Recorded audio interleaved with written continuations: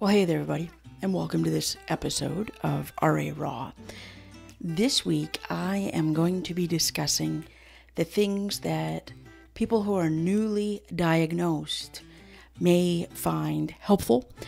Some tips from me, a warrior of 41 years. I was diagnosed when I was 2 years old. Lots of times I talk to the people who have been with this disease for a while now, who have been diagnosed and are kind of in the trenches of it. And I realized I was ignoring the new demographic, the new folks that are just diagnosed. And that's where this video comes into play. So if you're new here and you haven't already, please do subscribe. This is my YouTube channel, as I was saying. It is for those of you out there who have rheumatoid arthritis or rheumatoid disease, whatever you may refer to it as. Let's get into this. Let's talk about the tips that I have for you if you are newly diagnosed. And let's be honest, even for those of us that are, have kind of lived with this for a long time, there's some tips in here that you might find also useful. As well, stick around to the end of the video because I have a big announcement. Not going to give away any more until the end of the video. Let's talk about tips for the newly diagnosed. So it's the holiday season, and for those of us with a chronic illness, chronic pain, the holidays can be somewhat stressful at the best of times, not to mention this year. With everything that's been going on here in 2020, the holidays are quite a bit different for many of us. But if you are newly diagnosed, the one thing that I want you to remember is that you need to take things day by day. Don't get overwhelmed with plans, with the things that are on your to-do list. Take it one item at a time, day by day. That is the biggest tip I have for you when dealing with the holidays and the holiday season. Okay, so the rest of the year, when it's not the holidays, what do we do? Well, the first thing you need to remember is it is still your body. That's right. Sounds kind of silly, I know, but see, when we're diagnosed with a disease like this, we get used to being poked and prodded and, asked questions about the disease. The thing that you need to remember is that it is your body. If you don't like something that the doctor is doing, that the doctor has suggested, remember it's your body and you have to stick up and speak for you. And that leads me to my next tip. If you don't vibe or jive with the rheumatologist that you have, find someone else. It is so important that you are able to speak openly and honestly with your rheumatologist. For years, I had a rheumatologist that I was actually scared of because she was very stern. Her bedside manner left a little something to be desired, honestly. So I found someone else after about 4 years with her. She was great at what she did. She knew the disease. She knew everything to do. But when it came to that humanity that I look for in a doctor, I very much like to work with my doctors. Regardless if it's my GP, my ophthalmologist, whoever, I like to work with them. Now, maybe that's not what you want, but figure out what you want in a doctor, find out what works best for you. And as I said, if your rheumatologist just isn't working for you, go ahead and find somebody else. I find one of the best ways is to search online, read the reviews that doctor has.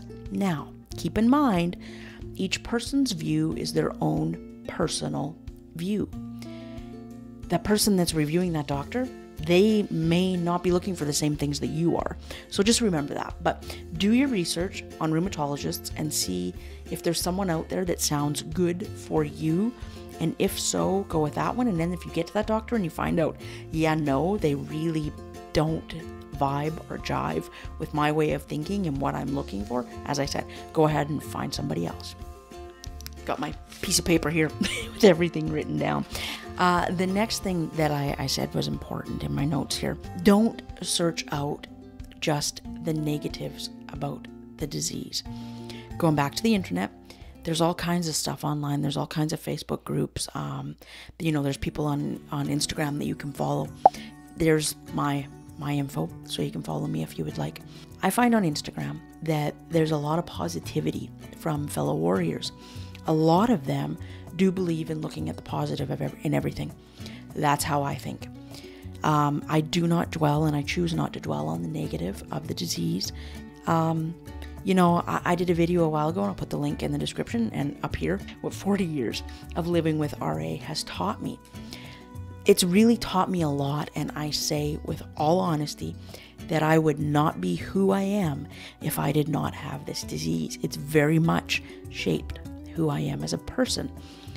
There is positives. I know it seems crazy to say that, and you might be thinking, what's this girl on? Why is she saying that there's positives to this dreadful, painful, debilitating disease? Follow some people on Instagram. Again, I'll put some links in the description below. And if you head on over to Facebook after I'm done here, I share things over there as well from different creators, different warriors that are very much lean heavily to the positive side of things. And that comes for medication as well. Every med has its side effects. We know that. That's just how it is. You will find a lot of negativity surrounding many of the meds. I like to, again, pepper in the positive with the negative. Methotrexate, for example. Yep, makes me kind of feel yuck for about 24 to 36 hours after I do the injection. I have figured out ways to counteract that, though. So, again, link in the description, somewhere around here on the screen. I will also put the link to the video that I did about methotrexate and how it can be a little bit easier on you. The other thing, this journey is your own. This is your journey. Your experience is going to be different from mine. It's going to be different from every other warrior out there. So don't take what I say as this is how it's going to be for you. Don't take what someone else says as that's how it's going to be for you. If you overload yourself with information from other warriors, I guarantee you're going to get overwhelmed. You're going to get really, really scared. It's good to be informed, but don't overdo it. We can easily just, dive deep into information from all kinds of different sources. Not everyone out there is going to share something that is valuable. They're most likely going to be coming from their point of view, their experience. But again, it is their experience. It's not yours. So take everything with a grain of salt.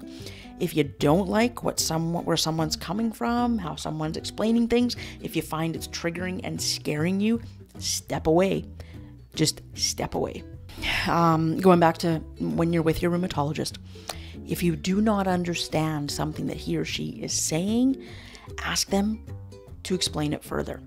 Stop your rheumatologist and say, sorry, doc, but I don't understand what you're telling me.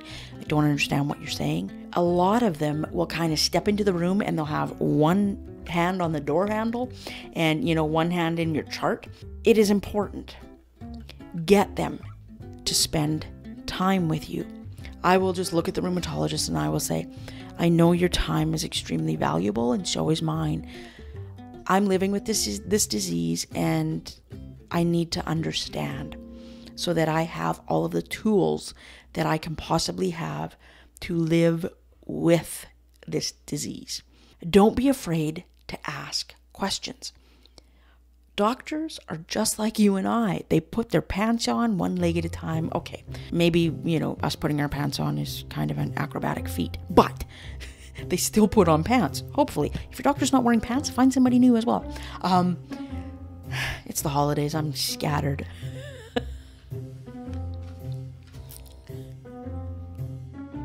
But yeah, anyway, make sure your doctor spends time with you and that you understand everything he or she is saying.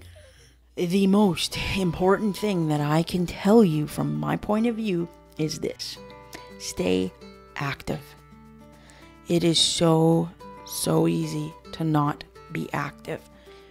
When I was diagnosed, and throughout the 80s, it was very much believed that during a flare, you were to remain sedentary. When you're not flaring, then sure, go out and do the things that you wanted to do. Well, as a child, I was in a flare for what seemed like 24/7. I spent a lot of time being sedentary, and I really wish now, after 41 years with it, I really wish that I had been more active as a child. You can tell, I struggle with weight and I have trouble being active. But the other really important reason to stay active is so that you keep those joints limber and loose. The longer we sit, the more stiff you are going to get. Get up and walk around. If you have a desk job, get up and walk around. Move around just every half hour or 20 minutes if you can. Get up and move. Move something, some part of your body. It's really, really important to stay active on whatever level you can. Another thing is to get comfortable with self-care. Self-care can come in many different forms. If it's, going to get a massage as often as you would like to, do it. Get a massage. If you still can, if taking a bath is your self-care, then do it. One of the ways that I practice self-care, and it's part of my spiritual practice as well, is through meditation. I couldn't do an episode, you guys, without mentioning meditation. So find the things that make you feel good, that recharge your soul. Dealing with a chronic pain illness is exhausting. I know this. So the more you can do to take care of yourself, the better. This is the vessel that we are given to travel this life in. Take very good care of it. And when it is broken down and sick like this, even more important to take care of it. So practice self-care frequently. The last thing that I have is subscribe to this channel. If you are newly diagnosed, I say to you, subscribe to this channel. I share all kinds of things here. Go through my other videos, watch them, leave comments, let me know. Something that's really important is to find community when you have a chronic pain illness. It can be so isolating, and especially right now in this world, we are really isolated. For many of us, part of the treatment protocol is to be put on immunosuppressants. So those drugs that deplete us of a really strong immune system.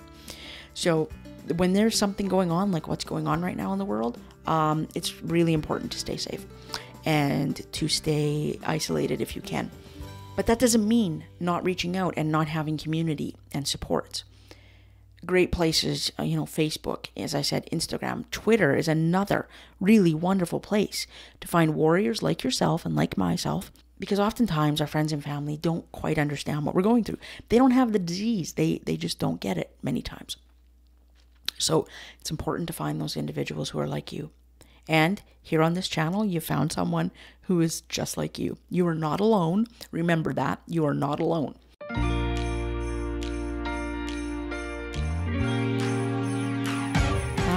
Almost forgot, but I didn't. The big announcement. I have a Teespring store where I sell merchandise that is specifically for people with rheumatoid arthritis or people who love someone with rheumatoid arthritis. From December 21st to January 21st, I'm holding a sale. And not only that, I am going to be revamping the whole store throughout 2021. So a lot of those items are going to go into retirement, a lot of those designs. So head on over to Teespring, use the code 2021. Everybody, take care, and I will see you next time. Bye for now.